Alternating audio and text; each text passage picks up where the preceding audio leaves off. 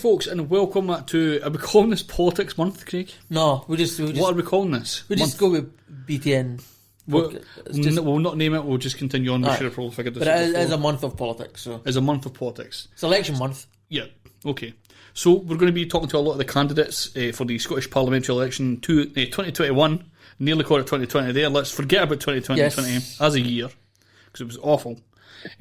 So the first person we'll have on is Jane Ann Liston from the Liberal Democrats. How are you doing, Jane? I'm not bad, thank you. Awesome. Sun's shining here. Awesome. And again, you're one of these people that have actually been on the podcast before. Yes. It seems such a long time ago.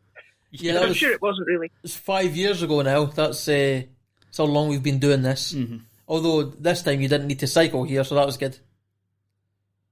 Well, I don't know. I think it was probably quite good for me to have had a nice long cycle to Kennoway and back again. But however, I suppose the situation is somewhat different now. Yeah. And that's one of the annoying things about these podcasts is doing Zoom calls are great and stuff like that because you still get the guests and they're sort of they don't need to be put through too much effort and stuff like that, which is a lot easier for everybody, really. But there is a bit of an awkwardness and delay and stuff like that between the phone calls, and it can be a bit annoying at times. So we do much prefer to do them face to face. But again, with the circumstances today, just can't do it. Just not allowed. That's it. So, right. So, I wanted to ask, could you sort of introduce yourself a little bit and sort of tell the people about yourself? Yeah. Okay. I'm Jane Ann Liston, and I'm the Scottish Liberal Democrat candidate for Mid-Fife and Glenrothes in the forthcoming election. I'm also on the Mid-Scotland and Fife list, and that gets a bit confusing because the two names are a wee bit similar. However, so I'm standing for that and on a platform of putting recovery first and wanting to concentrate on things like mental health, education and integrated transport, especially of an environmentally friendly kind.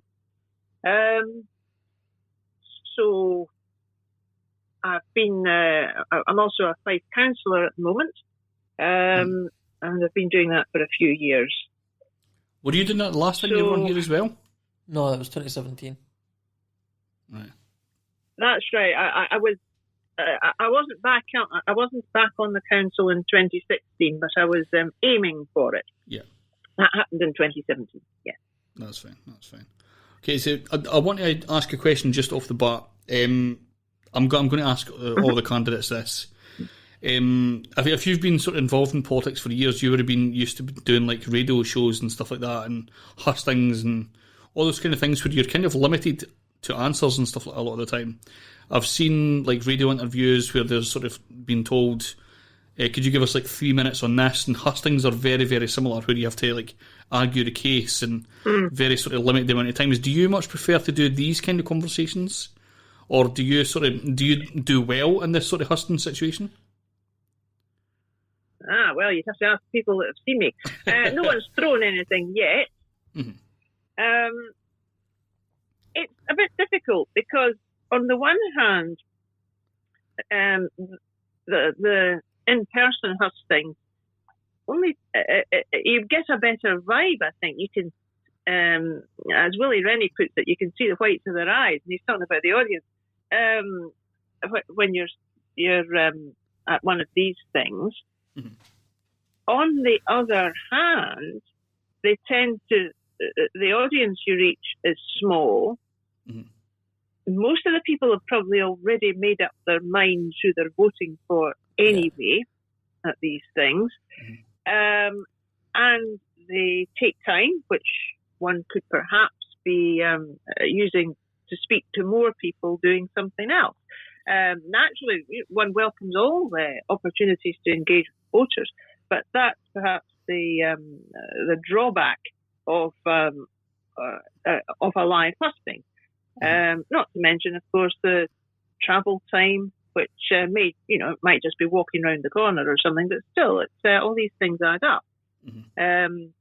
So this way is more efficient, but I can certainly understand it it's impersonal, and there might be people listening to this who are shouting at the radio saying, "Why doesn't she talk about this, that, or the other?" And they might start throwing things at the radio too, I suppose. Whereas if it was a real live hustings, they would be able to stick their hand up and ask the question. Yeah, I think there's a real appeal to the hustings, being that it's them getting to personally ask of you a question that they actually care about, as opposed to just hoping that the host is going to ask the right questions. Oh yes, I would have thought that even in a live hustings, of course, the people would get a chance to. Or are you meaning the host of the podcast? Yeah, the host of the podcast or radio show. Yeah. Mm-hmm. So the onus is on you to ask the right questions. Yes. Oh That's dear. the part you struggle with. Two heads better than one. Let's hope so. Oh, Craig, I'll let you. I'm sure they are. So obviously we don't have manifestos yet. Is there when is the manifesto launch date for the Lib Dems? I haven't been. That has not been shared with me yet. But I know that we're concentrating on the main things that I was talking about there, which were the mental health and education and recovering from the pandemic. And not to mention recovering from the mess of Brexit as well. So I think that's what we should be doing. All the energies would be going into that. Yeah, the downside of us sort of having to jump in so early to get candidates is it's quite a short campaign in the Scottish Parliament election. So there's not a lot of time to have every candidate on like a podcast like this without doing it like every day, and also waiting for manifestos to come out to get proper lists written up. And we've sort of had to like gamble that we know some of the people that are going to be on lists in the future, and it's sort of an inefficient way to do it, but we're sort of forced to do it because of the time constraints. So that's one of the issues, is not knowing the policies of the parties that are going to be standing. So it's always nice to have somebody that already knows them in advance. Yeah, well, what we've also noticed in the past is that one party in particular, which I will not name, tends to go last when it releases its manifesto, and it tends to pinch the best bits from everyone else's. So that's the risk in putting your manifesto out too soon. I'm going to need... I would love to find out that name. Yes, that's fine. We've noticed some of the left-wing parties seem to be jumping in first. Like, I saw that the Communist Party is releasing their manifesto in like 3 days. So they tend to be some of the first people to release their manifesto. I would imagine that you're talking about one of the more mainstream parties, one of the bigger parties, so like SNP, Labour, Greens, whatever. Well, indeed I could be. Yeah. So I remember the last time I was excited about the Lib Dem manifesto because you were the only political party that supported GMOs. Is that still the case? GMOs, genetic modification? Yeah, the crops and stuff. Well, we're not opposing it. I think we're sort of past that. If I remember rightly, and an awful lot of water has flowed under the bridge since then. We agreed to not oppose these, probably just a bit before the 2016 election, and so that would be the case. We haven't changed our minds on that. Right. Because at the moment, GMOs are illegal in Scotland, and to me, that's one of the. So what? Yeah, I was just going to say, yes, I think you're right. Yeah, they were banned. About that. They were banned by the SNP in order to protect what they saw as being a particularly good food industry in Scotland that's known as being sort of not classical, but like clean and fresh and all this stuff. And they saw that GMOs would sort of taint that, and that's a position that I can't stand. I hate that position. I think GMOs are a necessary thing, especially in light of global warming, and the fact that the Lib Dems were the only party to be in favour of reversing that ban was big for me. They were the only part that mentioned it. Yeah. Right. Well, it's following the science, as it were. We've been hearing that quite a lot over the past 12 months. Mm-hmm. And it seems to be one step on from the sort of selection of strains in agriculture, whether for animals or for plants, that has been selective breeding, I suppose it would be, that we've had for centuries. So this is perhaps one step further on, and it certainly makes sense to be able to, if you can produce a crop that is less likely to get disease, for example, then you just might be able to eat a bit more of it. And also, it seems like a good idea for a food crop. Yeah, and also, like, if you're talking about some of the poorest countries, also appear to be some of the most dangerous in terms of what climate change is going to do to crops. So the hottest countries are going to have less and less areas where they can plant crops and grow them and sort of look after themselves. And GMOs are a big thing for helping there. I guess the argument could be that that's not a worry in Scotland. Scotland tends to be pretty good for growing crops naturally. I hate that word, but naturally is the word that's used.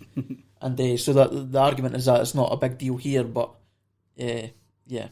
So moving on from GMOs, because that's a very niche thing that I just happen to be interested in. Yeah. What are some of the big plans very niche. Yeah. What are some of the big plans for getting out of the pandemic struggles, so to speak? Well, we're wanting to support small and medium businesses, and we're also wanting to be getting the education sorted out, supporting teachers properly, because there seem to be thousands of teachers on what are pretty much 0 hours contracts or casually employed. And what on earth is going on there? Because you've got all these youngsters who've been needing to be taught, and they've been having varying experiences depending on the time and the patience and the ability of their parents. And you've got other teachers that are getting pretty much exhausted. They're having longer days because they've got to.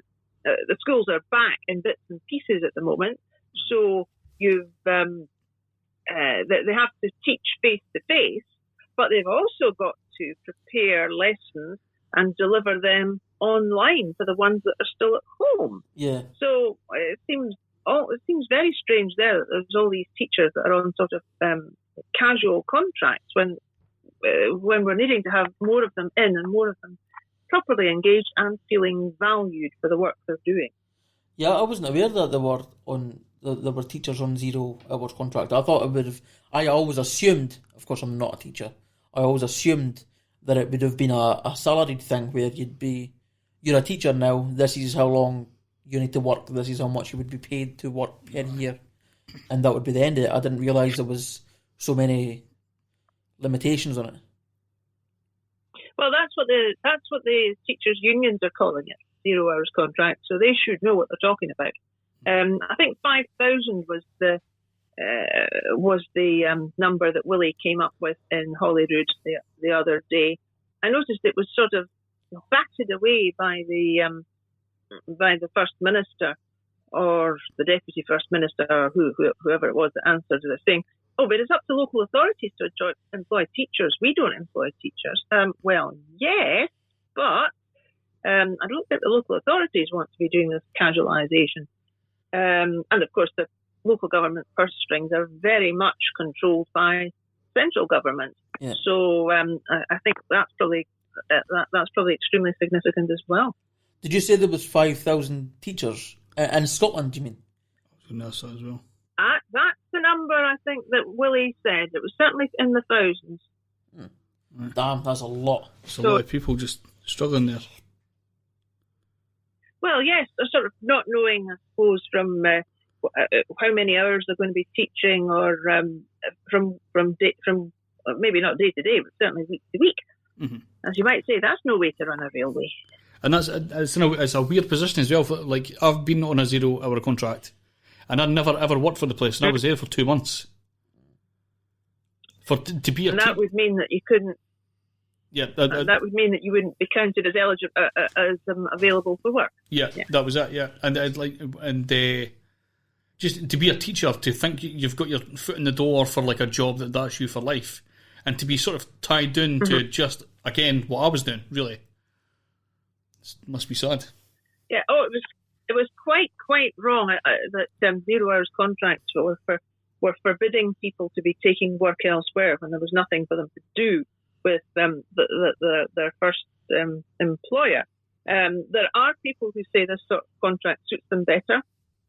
Freelance journalists, I think, like this sort of arrangement. So maybe the answer is not to ban them, but certainly to control them. So you haven't got people who are in an awful position that somewhere of not being able to. They didn't have any work. They were on a 0 hours contract, and they couldn't get benefit because, technically speaking, they weren't available for work. Well, that's criminal. Yeah. Which is one of the reasons, of course, that as a party, we support universal basic income. So everyone would get something, just to try and stop people falling through safety nets. There's always some people that are going to fall through safety nets, but one can at least make the holes a bit smaller in the safety net. And that's why we think universal basic income is very important. Did they ever do that trial? Did they ever get that trial done? They were supposed to be doing a trial, and I think it was 2 towns in Fife. This was a few years ago. We were at an all-day conference in Kelton. Was it Keltonbeath? Kelty? Yeah, Kelty were in, aye. In Kelty, and they were supposed to be doing. It was a Fife council thing that they were supposed to be doing a trial of basic income, and I think 2 towns in Fife. That was the plan. Did that ever come out? Oh, you're in the council now. Do you know if that ever happened? No, it hasn't happened. Is it not? I've even asked a question about it at Fife Council. The difficulty is to try and get the thing to work. The sort of model you'd be looking at, you wouldn't just be giving everyone a certain amount of money. You would be tweaking the tax allowances. For example, one model would be that everyone would get a certain amount of money, but you would start paying tax on your earnings from the first pound, rather than having an allowance of it's over £10,000 that you can earn before you have to pay income tax. So that would certainly be cut right down, and that is to help answer the objection when someone says, "Well, what's the point in giving this amount of money to people who don't need it?" Well, this is the answer, because anything more than that they get taxed on. But to do that, you need other agencies involved. Now, the Scottish Government does have most of the income tax powers. These have been gradually devolved. Apart from the starting, the tax allowance threshold, if I remember rightly, they don't have benefits yet. In fact, they didn't want DWP powers.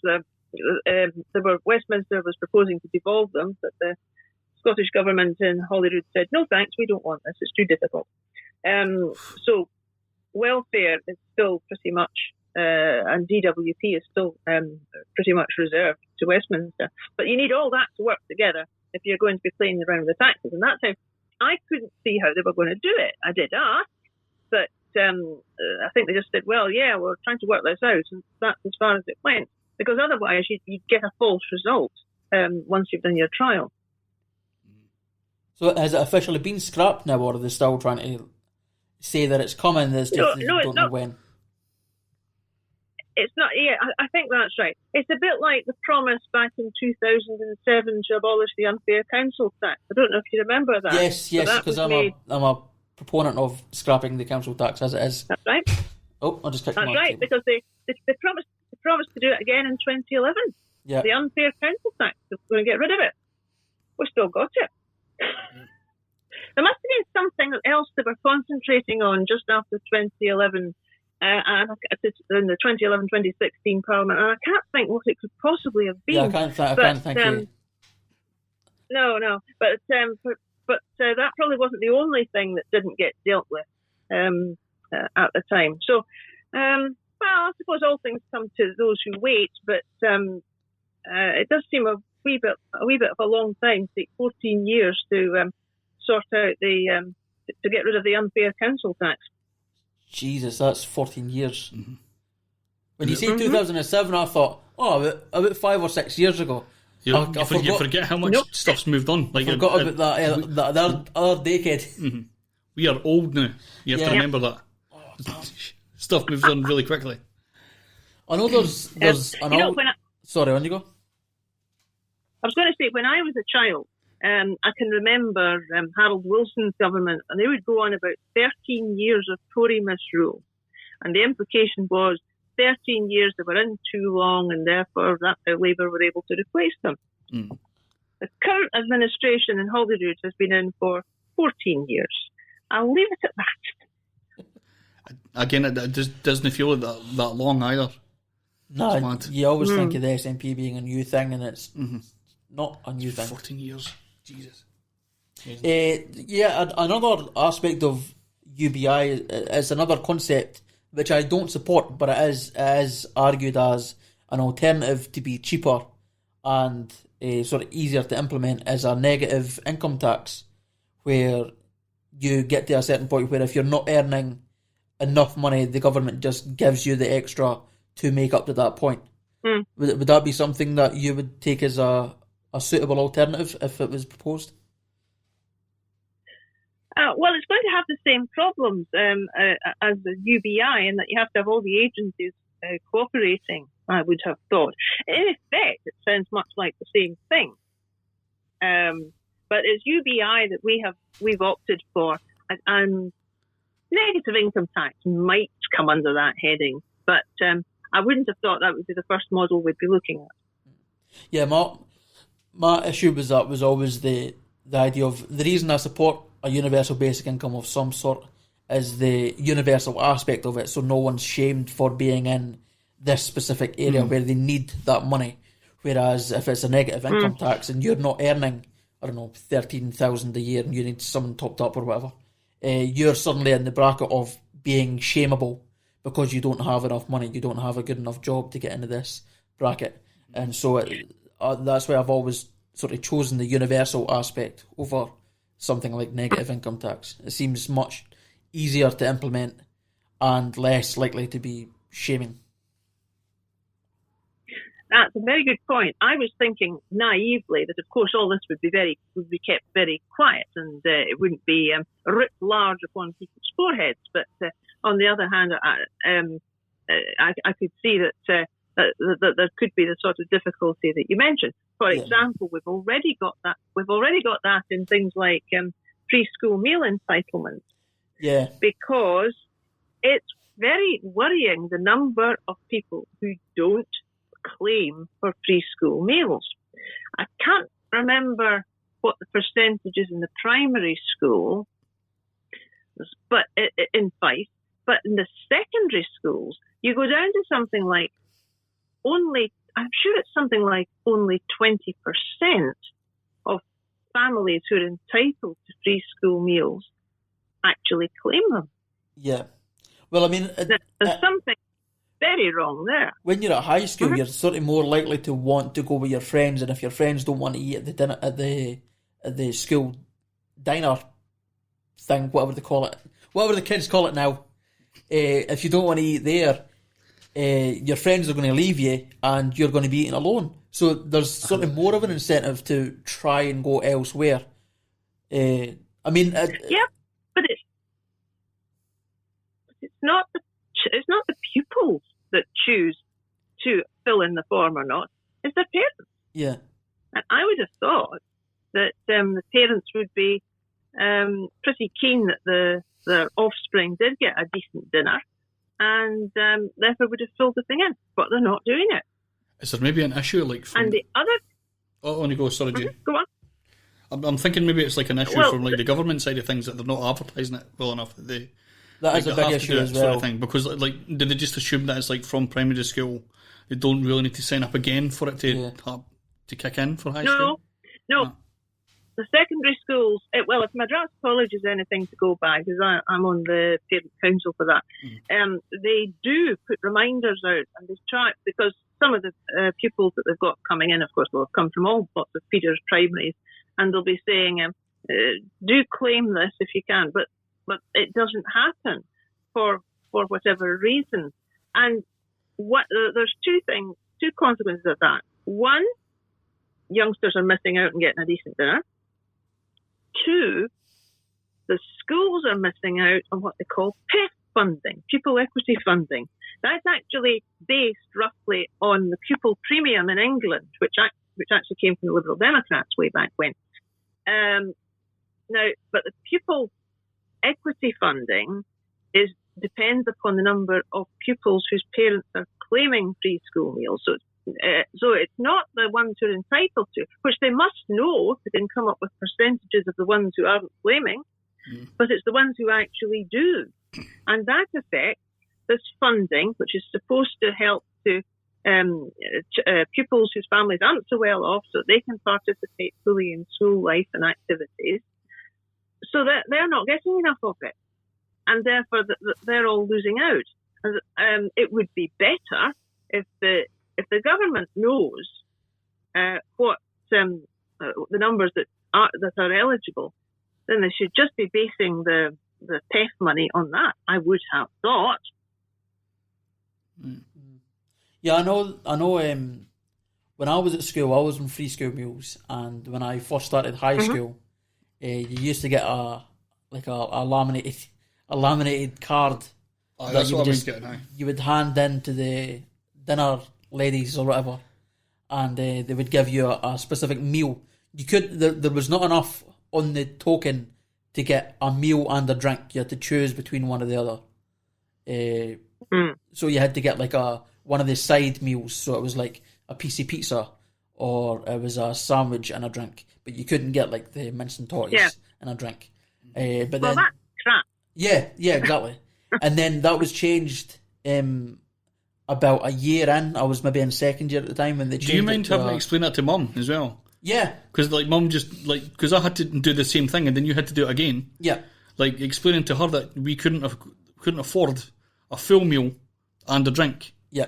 So you'd have to like think. And you definitely couldn't afford like a dessert afterwards. No, definitely not. It was just because she was under the assumption that we were getting like pie and chips or whatever was big at the time, and then custard, a custard pie or whatever afterwards. It's like no. Yeah, that's not what's happening. But then they changed it in the second year. I don't know if this was a Fife wide thing or a Scotland wide thing or whatever, but they changed it to like a rechargeable like credit card type system where you paid from your card. So it was a lot better for people getting free school meals because you didn't have this embarrassing card that said I get free school meals. It was the same as everybody else. You just had money put on it for you at the beginning of the day, and that was a lot better as a system. But I don't know if that was a wide range thing or whether it was just my school that done that. I never got shamed for free school meals though. No, we didn't, but you can imagine it would have happened somewhere. Don't know. Seems weird. But maybe. Mad. So, I have. Yeah.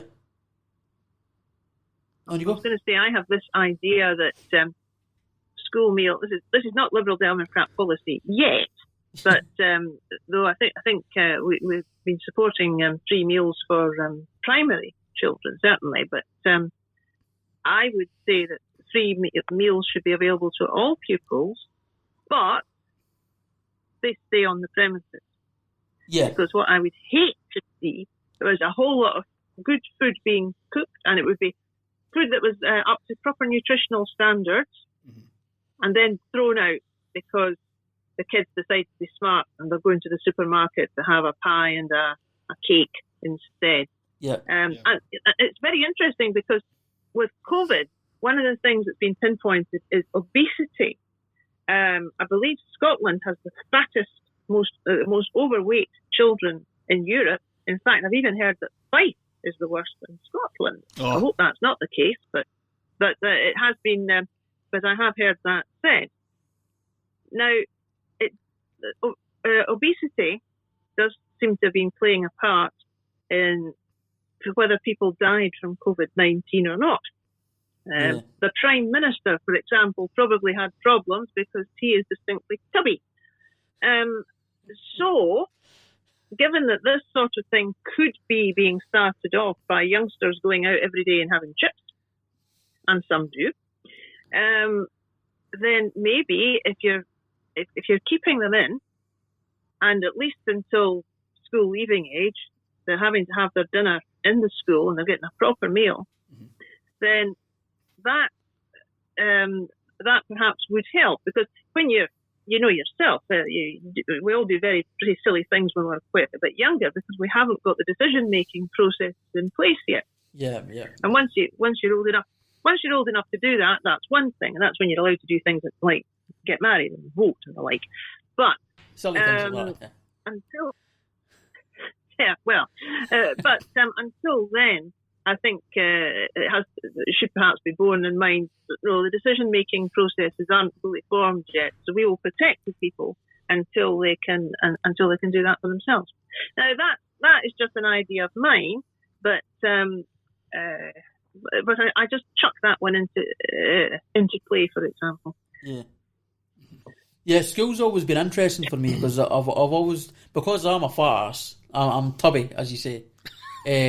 I've always sort of... Oh dear, I can't see this at all. I've always supported like things that would have been good for me in the past that I didn't have. So like, I was born with one kidney, and so when I was at high school, a lot of the PE classes I was told I was not allowed to perform in, so like playing football and doing the swimming pool and playing basketball. Actually, annoyingly, someone else in my year only had one kidney as well, and because they didn't like football and basketball and things, they told the PE teacher that they couldn't do it because they only had one kidney, which automatically meant that I wasn't allowed to do it because I only had one kidney as well. He got in first. He got in first, yeah.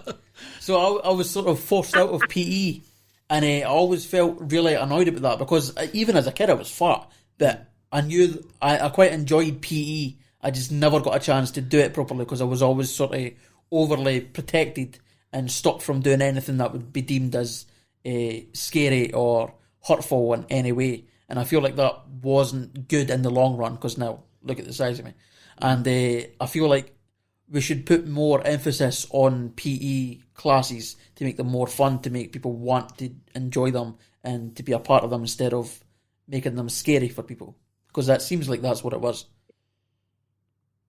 I heard Joe Swinson speaking on Women's Hour some years ago, and one of the problems has often been about how young women stop doing any sort of physical activity, and they tend to therefore get overweight and suffer other health problems. And Joe had said, well, it's probably because the messages that were coming out were reminding these young women of school PE classes, which they didn't like very much. And I thought, yes, Joe, You have nailed it. That's exactly it. You tell me to take exercise, and I will say, I don't want to do exercise. That's what they used to make me do at school, and I didn't like it. On the other hand, yesterday I was out on the bicycle, and clocked up over 12 miles. That's all right, but tell me to take exercise, and I immediately get turned off. And from what Joe was saying, it sounds as if there's a lot of other, especially young women, likewise. So you have to make it fun. You do not want, from my generation, PE teachers seem to be sadists. I don't know if that is still the case, but if we could get rid of that sort of thing, then it might be better. I'm not sure that we really want children walking round and round the playground every day, though, because it was remarked to me that looks like convicts taking their exercise in the prison yard, rather. Yeah. But there must be a way to do it. Yeah, there must be, because I mean, gymnastics was fun. Yeah. Even in a hyper-masculine world of... I kind of like the idea, like, see you see these like outdoor gyms and stuff like that. Maybe that might be cool at the school as well. Yeah. Maybe people might get involved. Mm-hmm. Yeah, one of them at the side instead of... like an outdoor kind of like, sort of nature gym sort of thing. Yeah. Like those kind of things that pop up. I like the idea. Also, there's a lot of ego in young boys. Mm-hmm. So a strength trait, so like being able to do pull-ups and chin-ups and things like that, that might sort of pique their ego a little bit and get them to sort of force themselves to be fitter just on the basis of their big heads. It might. I would be concerned about the less physical people who might be sort of left behind. Yeah, and seen as, I was about to say that. It kind of leads to bullying sometimes, a wee bit of the kind of things, but... Yeah. Were you always last to be picked for a team? Because I was. For a team? Actually, because... Well, at high school, yes, because I seemed to miss puberty for some reason. So when I hit puberty, nothing else happened. My voice got deeper, but I didn't get taller, I didn't get more muscular, I just seemed to stay the same, but with a deeper voice. But in primary school, because I was the same height, I was one of the bigger guys in the class. So I was picked for things then, but then at high school I wasn't. So I've had both sides of the... You have a bit of different thing from me, because I was always thin when I was at school and stuff like that, but I never got picked because I was rubbish. Well, I was rubbish as well. But so I wasn't picked for football, but I was picked for in the goals. Right, aye. So more area coverage and stuff. Yeah. Good. I didn't mean... That's not quite what I meant. I was meaning when when you're in the PE class and they're going to play something and they say, right, you and you're with the captains. Now you each pick your teams. Yeah. And there was a sort of groan with whoever who was left with me. So, right. However. Yeah, but probably. Probably at high school, yeah. So there is that. See, we're back to shame again. I feel like a lot of education comes back to shame, which is part of why I think we should introduce more martial arts, because things like Brazilian Jiu-Jitsu and kickboxing, they have a lot of... it's not just fitness, it's not just being able to defend yourself, it's also a lot of... What's the word? Discipline. But there's a lot of discipline there, so you're taught how to... so when you're rolling, is the term for Brazilian Jiu-Jitsu, when you're rolling, you're taught to respect the other person. If you're a higher belt class than them, you're taught not to... sort of, quote-unquote, take the piss, right? So there's a lot of discipline there, there's a lot of respect there, and I feel like that would help a lot in the bullying and shaming issue that we seem to keep sort of coming up against in education. That's always been something I've supported. Idea. Thanks. I think fencing's like that too, because it's all very stylised and people saluting each other and that sort of thing. Yeah, I should be a politician. You should. Well, politicians are just ordinary people. Yeah. So, but we're perhaps ordinary people that sort of keep sticking our heads above the parapet. Yeah. Oh, this is what I meant to ask, because the Lib Dems, in different countries, the Lib Dems seem to have different takes on certain social issues. But I think in the UK, or in Scotland, I think the Lib Dems are pro legalisation of marijuana. Is that right? Yes, I think we're moving. We're very much moving towards a medical side of drugs, in that it's, rather than being seen as a criminal problem, it should be seen as a medical or social problem. So you support people, but I'm pretty certain that we're saying that that marijuana should be decriminalised. Yeah. If for no other reason, get it out of the hands of people that have got that are not very nice people at all, and they've got and that have got nastier things behind them, and not to mention running crime rackets. Yeah. So the reason I brought that up was because I think it was just a couple of days ago the first medical marijuana clinic opened in Scotland. And to me, that's I don't partake in marijuana. I've never had any interest in smoking, period. But just the idea of people having another option is great for me, especially when, like, we've known people that are in tremendous pain, like daily chronic pain, and the only thing they could find to help is marijuana. And the fact that it's been illegal and not only not accessible, but you could be considered a criminal for smoking it, just seemed insane to me. Oh yeah, that I noticed there was a hiccup because of Brexit. There were several hiccups because of Brexit, and some of them are still going on. But there was one about the supplies, I think, of medical, do they call it cannabis oils or something like that? But it is something from marijuana, which some children need for medical conditions. That got held up. I think that's now been sorted out. Okay. Whatever the problem was there. Which is good, because my colleague Christine Jardine down in Edinburgh Western had constituents who had that problem, and she was reporting that was sorted out. So I guess let's go on. I know this is not strictly relevant in the Scottish Parliament elections, but it will be relevant to certain policies. So I'm going to let's bring Brexit up. Mm-hmm. What is the official Lib Dem position on the EU now? Are you still looking to try and get back into the EU, or is that ship sailed at this point? No, we want to get back in. We do, however, have to get back in when the country's backing it. Because look what happened just over a year ago, when we said, no, we will go in with gung-ho. We will revoke, because we were quite certain that a lot of people, that the tide was turning, and probably more people now thought we should be staying in. That was probably right. And because of the European results and a few opinion polls, it looked like that was the right thing to pursue. So we went into the general election in 2019 with that. And we actually increased our vote, but we managed to lose our leader, which was rather careless. Yeah.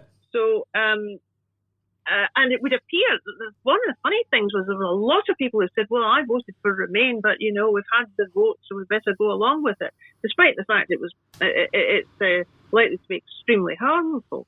So that seemed to be the attitude. So we're not going to make that mistake again.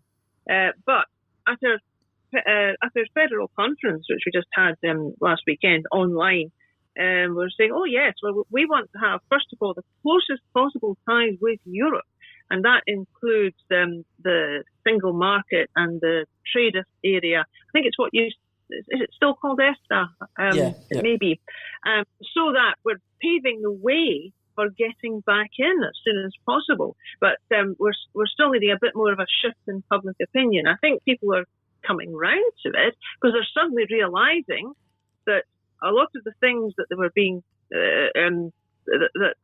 Remainers were saying were going to happen have happened. People having to pay extra money on stuff that they get from Europe, for example, and various customs checks. The shellfish going off if they can't get it down to its market fast enough because of extra checks that were brought in, which some of us said was going to happen. The mess that's being made with Northern Ireland, again, some of us said, what about Northern Ireland? There's going to be a problem there. Hard border across the Irish island or the Irish Sea because you've got an EU frontier there. But that was, no, everything was going to be wonderful and this was just scaremongering and Britain was wonderful and we could do it. So, yes, well, that ended well, didn't it? Do you think part of the issue with the Lib Dems in Scotland is that in sort of UK-wide elections, the alternatives were Labour, who had a more vague sort of, we don't strictly want to leave, but we won't try and stop it because people voted for it, but we might try and stop it a little bit. And then the Tories were like, we're leaving definite, and then you had the Lib Dems who said we want to stay. But in Scotland, the biggest party also happened to be in favour of Remain as well. So the Lib Dems didn't really have the same level of appeal as the Remain party as they did in the rest of the UK. Well, I haven't heard that. It's possible. We sort of marked time, really, because we went into the general election with 4 Scottish Lib Dem MPs, and we came out again with 4 Scottish Lib Dem MPs. Yeah, but the one loss was a big loss. It was, but our gain was a big gain as well, because I think Wendy's doing pretty well. I know I'm biased, but she's popping up. She's popping up quite a lot on the green benches, and I think people are impressed with her. Right. Yes, but you're right. Losing a leader was not good. And interestingly, I think So, a similar thing is going to happen to Labour in 2016, where Anna Sarwar, the leader of Labour, is trying to stand in the same constituency as Nicola Sturgeon.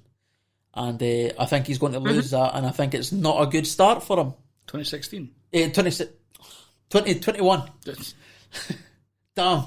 Well, this is in going a few weeks' time. Yeah. So Anna Sarwar, on his first time as leader, is going to stand in the same constituency as Nicola Sturgeon, and he's statistically going to lose by quite a big margin. And that's just not a good start, I feel like. But he's, I imagine he's top of the list. Apparently he's not top of the list. So he should... Nicola's not, I know that. No, I mean Anna Sarwar. Apparently he is not top of the list in Glasgow. I don't know where he is, but apparently he isn't top of the list. Could that change as the weeks go on? I mean, I guess it could change. It could change because again, things might change by the end of this month, like as we do the podcast. Because we've not got all the news right at the beginning. I don't know when the nominations have. No, I do actually. I think it's the 31st. last. I think it's the 31st of March. Yep. 31st. Yeah. Well, that would surprise me if Sarwar wasn't top of the list. But I thought it was quite a bold move on his part. Yes. Bold is an accurate word. His mouth is. I mean, I guess if you're going to go in politics, you need to sort of not. You need to not be scared to try things. To be bold, and he's been very bold. Fair play to him, but I think it was a bad tactical move because it doesn't leave him with a lot of power at this point to losing that seat to the leader of the SNP and then just getting on the list. I feel like that gives bad press sort of straight off the bat. Well, yes, but I think Nicola got in first of all on the list, did she not? Yes, but because she didn't win. She didn't win govern. She probably didn't win govern until 2007. I could be wrong. It might have been the time before. Yeah. But I'm sure she was in on the list first time. I think if he had went to another constituency and lost to somebody that wasn't Nicola Sturgeon, it would have been less bad press than the fact that the press is going to be on that constituency because it's Nicola Sturgeon. And if he loses that, it's instant bad press. Whereas if he had just lost a constituency seat to somebody that's not Nicola Sturgeon, it wouldn't really have been picked up because it wouldn't have been a huge deal. I just feel like the way he's played his hand in this particular situation, it was not very smart. Well, I have no idea how the Labour Party works. I have enough trouble keeping up with how my own party works. But what I wonder if he's trying to make sure that he gets coverage. Oh, well, that's a good shout. Get in there. Yeah. He's getting it now, yeah. The problem, because I would imagine the problem that even the Labour Party has, and we certainly do, is cut through, as they call it, because the media tends to concentrate on the Scottish National Party and the Conservative Party, for doubtless very good journalistic reasons, but that means it's a bit difficult for anyone else to get a look in. And so that is a good move on Sarwar's part by making sure he is going to get coverage because he's standing against Nicola. It also means she will have to be careful and do work in her constituency, and make sure that she doesn't get unseated like Jo Swinson did. Yeah, I guess she's sort of got the most risk here, whereas people will expect the First Minister to win that seat. And so they'll expect Anna Sarwar to lose the seat. Whereas if he somehow manages to win that seat, that is a bigger loss for her, because I imagine she wouldn't be on the list. She is. Is she? Oh, she's still on the list? Yeah. I mean, yes, they're plenty safe. But I don't know what the percentages are around there. What tends to happen with the Scottish National Party at the moment, and it used to happen with Labour, is that they get overrepresented in the constituency seats. So they don't tend to get seats on the list. It used to be in Mid-Scotland and Fife, for example, that a Labour vote on the list was, I don't like to call it a wasted vote, but Labour tended to win so many constituencies in Mid-Scotland and Fife, they weren't entitled to any top-up seats. Yep. If you see what I mean. Now, the SNPs are in that situation in a few places now.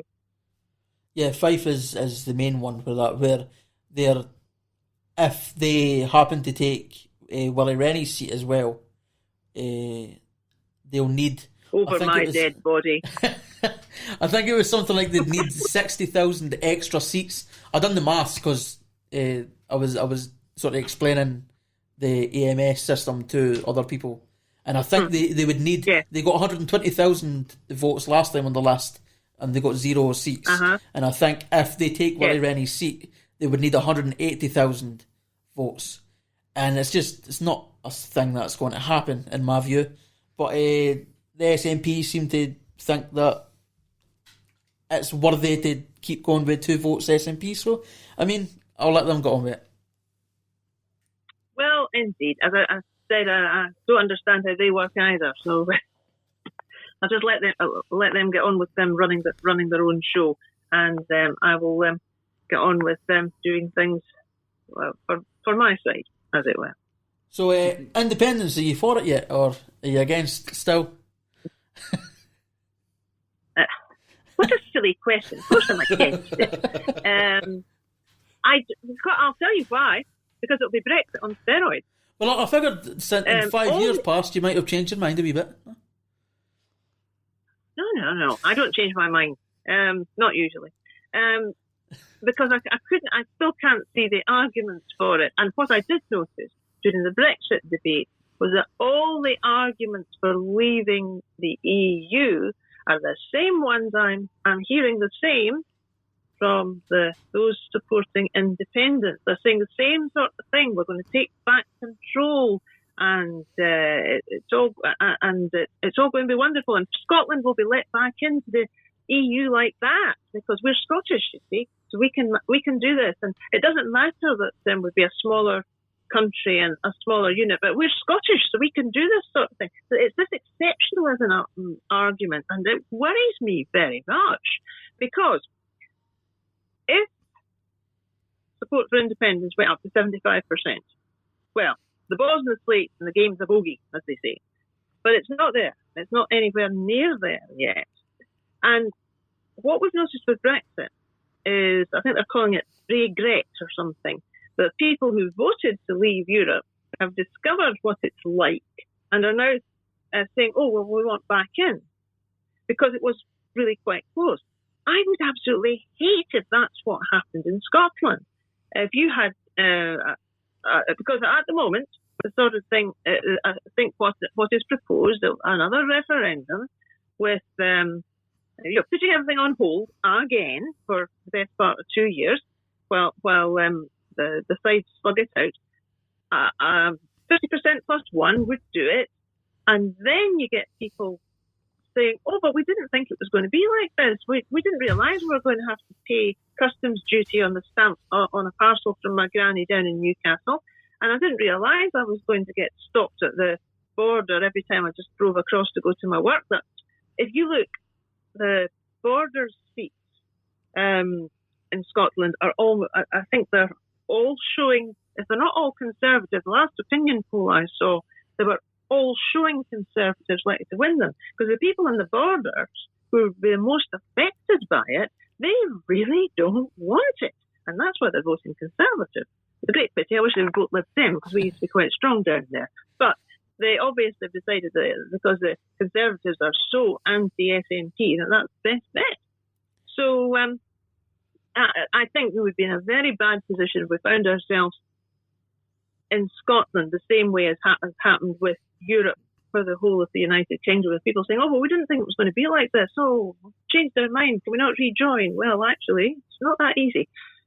So, no, I don't think it'd be a good idea. And there's also the small matter of the fact of the physicality the geography, if you like, because I was just checking this today, because 420 million years ago, the Iapetus Ocean closed up, and there are two supercontinents called Laurentia and Avalonia closed together, and that's roughly the border between Scotland and England. It's not that surprising, actually, because when you have collisions of land masses, you tend to get hills, and you quite often have a border over hills. But you've got the Iapetus suture that roughly follows the border between Scotland and England, and it also starts the Irish border as well, Northern Ireland and the Republic. It then goes a wee bit southwest of the political border there. But because England's always going to be there, we could be an independent state, yeah, but we'd still have our bigger neighbour right next to us. Just about all our trade goes to England, much, much more than went to Europe, or goes to Europe. Just about all the trade that's going further goes via an English port. So we would then have our main trade route and our main exports would still be going down south, but we wouldn't have any say in any of the rules and the regulations. And furthermore, if it's we don't like the Tories, the horrible Tories. Well, if Johnson's got a majority of 80 odd, there are 59, I think, Scottish MPs. There are plans to cut the number, when they cut the number of MPs in general, but I think it's only going to be going down by about 2. You take that, and most of them are not Conservatives. You take them out of the equation, you're more likely to have a Conservative government getting back in again and again and again down south. So we'd have a rather unfriendly neighbour, possibly. So you might say, it's all right. We'll trade, we'll go another way, we'll get back in the EU. Well, there's several things to the EU. First of all, financially, do we fit the criteria? We do, and lots of other things. Human rights, no problem. But if we're not going to get it, but that's one problem, and I don't think the EU wants to take on another Greece. But even if they do, and we then we'd have the hard border, the same problem they've got with Ireland, between the EU and non-EU, and the rest of the European Union countries are further away. We would be taking longer to do all the trades with Rotterdam or wherever we were choosing to send stuff, and that means time, and that means money. Not to mention probably environmental emissions, which we don't want. So at this point, the whole thing is not really adding up properly. And now there may be people who think, "Oh, it doesn't matter; it's all worth it," and we don't care that Andrew Wilson has said of the SNP said in the Growth Commission that it would be 20 years before Scotland was prosperous, which sounds to me what some people would call 20 years of austerity after independence. But there are some people that think that, and that's fine. But there's an awful lot of other people who seem to think that independence one day, next day back in the EU, and it'll all be lovely. No, I fear that is not the case, and that's what I'm very worried about. The one thing that keeps me awake at night, actually, worrying about that. I'll be honest, you've not painted a great picture of the EU for me. You've made it sound. You've made it sound very not amazing. Well, maybe we don't want to think of it as amazing. Maybe we want to think of it as just sort of normal, and take it from there. But it's the idea. I think it's just the idea that is being sold, that all Scotland has to do is break away from England, join the EU, and everything will be lovely. And that I'm just not convinced. Not to mention the fact if it's going to take 20 years before we reach the sort of standards that we have now, I'm starting to think, am I still going to be here? Yeah. Well, we'll laugh. Well, I hope so. So I could easily make every single one of these podcasts a debate and go, well, I think this, I think this, I think you're wrong. Well, for one thing, we've not got the time. We've not got the time. We're at 59 minutes. Yeah, we've not got the time. So I will ask one more question, and this will show my bias a little bit, but I'm going to try and not cause a debate and an argument, right? Well, you can ask the question, but you just didn't say anything. Yeah, I'll pretend that I agree or disagree depending which one would make me sound less biased. So, you said about the EU referendum where in 2019 you were starting to see a change in the view of the EU back to remain, and so you supported, first of all, it was a referendum to rejoin the EU, and then it was just to cancel Brexit. Now that there's showing quite consistent polls for independence being a majority, would that not mean that you would need to, in order to be consistent, support a second independence referendum, even though you don't support leaving the UK? Well, first of all, I think we've had one act of self-harm, which I didn't support. I'm not going to support another one. But the thing is that it's the margin of error, as it were. The EU referendum, as you know, was 52-48% wise. As I said, if it's 75% for independence, well, that's really it. But it's not that. You have the floating voters, as it were, because you normally have seats that change because voters change their minds. And that's all right because you can change things. You have your election every 4 or 5 years, and so other policies can come in. But it's something like this, which is not easily reversible. I think that's the difficulty, and it's the margin of error. You could still have because of the sort of percentage that you're in, you could still have people that are in there that, but we thought it was okay. We thought this was going to be all right. Interestingly, I noticed one poll which was saying that if you ask people, should Scotland be an independent country, they're more likely to say yes than if you say, do you think Scotland should leave the United Kingdom? That's very telling, because that suggests that people have got very different ideas about what this means, and they would like to be independent, but they don't want to leave the United Kingdom. Now, there's something wrong there. This does not compute, Captain, as one might say. So, what I was getting at was the fact that when the Lib Dems were supporting a second referendum on the EU and cancelling Brexit, the poll numbers were pretty similar to what they were when we left the EU. So there wasn't really a shift in opinion based on the polls then, whereas there's been a quite noticeable shift in opinion polls for independence, making the second independence referendum more fair, in my view, than the second EU referendum. Oh, I see what you mean. I think it was all part of a strategy. It was that and the European Parliament results that had helped to form that. But your polls for independence are wobbling. They seem to have come down a wee bit, and this is what I mean. It's just so close. It would be utterly daft to make something that's irreversible, because it would be. It's going to be difficult enough to get back into Europe as the United Kingdom, because we've annoyed so many people. But let alone a new applicant coming in, which is an unknown quantity. So I think that's the big danger there. Okay. There you go. As I say, we could go on for hours and hours and I could debate and say, you're wrong about this, I like this, I prefer this, I prefer this. But we've got 8 candidates coming on and I don't have the energy to go through it all. And I feel like that would not be conducive to a fun podcast. Yeah. So I'm going to avoid that, and I'm going to have everybody that is on the same political side as me hating me for not arguing. But I can't do it. I care more about... This is not what this podcast is about. The podcast originally is about talking to people,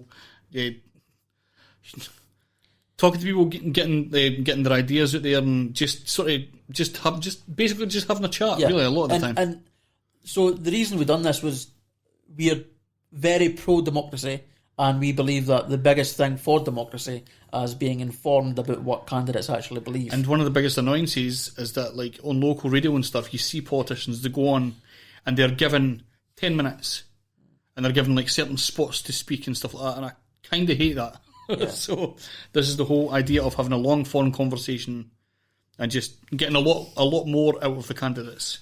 Yep. There's one thing, if I may, as you might remember, I'm somewhat involved in railways and campaigning and the like. I'm extremely pleased to see what's happened with Leavenmouth and Cameron Bridge. I'm very much looking forward to having a ride on it once we're all allowed to use public transport again. Mm-hmm. And there's possibly other lines in the area that could be revamped. But well done, Leavenmouth people, for persisting with that. Do we know when that line's and they're getting on due to be open, roughly? It's sooner than you'd think. I think it's about 2 years, if that. Oh, I was thinking like 4 or 5 years. I was thinking way ahead. Yeah. No, I don't. I think it's before then, because it's one of the funny things that they take. Once they start building a railway line, they get it done pretty quickly. The Borders one was built in less than 2 years, and there was a heck of a lot of infrastructure work that had to be done, including moving the Edinburgh bypass and putting it back. What takes ages is Transport Scotland and all the ramifications that you have to go through, and you jump through one hoop and they produce another one. Yeah. So, but with Leavenmouth, they finally gave up on that. They said, "Oh, for goodness sake, go away and build your railway." Or they didn't quite put it like that, but I think it felt like that. So that's great, and they're getting on with it. So, because railways can be environmentally friendly transport. It's the best way of moving a lot of people at minimal energy use and emissions. So, jolly good to them. Definitely. So just before you go, have you got a politician's statement to make about who they should vote for on? And we'll give you 2 minutes for that, Jane. You've got 2 minutes. And without hesitation, repetition, or deviation. Exactly, yes. Right, well, if you vote for the Liberal Democrats, we are wanting to put recovery first. The country has suffered enough from the pulling out of the European Union and the complications that are following thereon, and also the pandemic, which has caused such damage to so much of our industry. The Liberal Democrats would support the industries to help to pull us out of that, and education, so that we can sort out the disruption and start pulling ourselves back up into some sort of economic prosperity. And we think this is best done with our partners in the United Kingdom, because as a bigger country, we've got more clout, and we can help work to support each other. And we would also like to see federalism as support, because we can improve the way the United Kingdom operates, and that's being ideas have been brought up to look for that. So if you vote the Liberal Democrats, we will be putting the recovery first, so that we can get sorted out, and then we can start thinking about perhaps other questions which are not quite so pressing. There you go. Fantastic. Okay. Oh. Excellent. I think that's the perfect way to end. Yes. Thank you, Jane, for joining us. My pleasure. Not a problem. We'll see you in 5 years. We'll see you in 5 years. So it goes. Right, well, we'll see what's happened since then. It's a date. Maybe I'll be coming on my bike. Right, nice. That'll be cool, actually. Ideal. To see humans again. That'll be great, actually. Indeed. Right. Okay, well, thank you very much for your time. Right, no problem at all. Bye-bye. There you go. Bye.